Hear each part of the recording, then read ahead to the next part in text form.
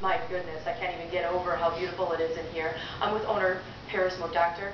And Paris, just talk a little bit about your connection right now that you have with the Brampton Battalion and how that all went about.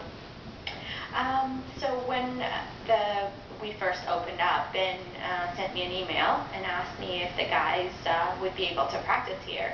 And we took that chance right away because my business partner, who owns a studio in London, Ontario, also works with the hockey guys. We've worked a lot of different studios, have worked with the NBA guys, and we know the benefits of the yoga for their practice as well. It's really a complementary practice. So they started practicing right away, and they've been with us ever since for a year and a half now. So there's a stigma that is associated with yoga. Mainly it's mostly a female or woman thing. A lot of the players, they felt it as well, and they had to be convinced in order to do it. Do you see a big shift now towards men getting into practice as well? Absolutely. It used to be like that when I was a yoga teacher. I would say even 4 years ago, maybe 10% of my classes would be guys.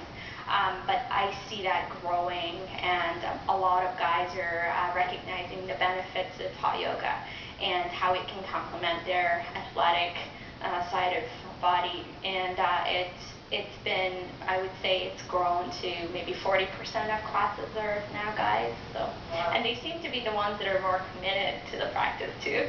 It's harder to get them in, but then they stay. Hear that, men out there? You have to get in here, because once you're in, you're stuck. You never go anywhere. One final question. What do you think the mental aspect of yoga, how do you think that helps those athletes out there that come to your practice or just go to yoga practices in general? I think pretty quickly they start recognizing the benefits. I mean, the mental part, we never even talk about that until they recognize it themselves. A lot of athletes suffer from parts of their body that are underdeveloped because they focus on different, depending on the athletic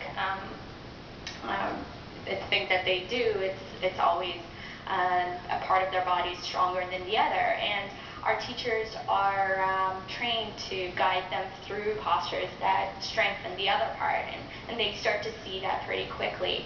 And we always leave that to them, and it usually takes only 2 or 3 months to really recognize the whole deal. Paris, thank you so much for this. Sonia, back to you. Thank you so much, Michelle. If it's good for the athletes, it's good enough for us.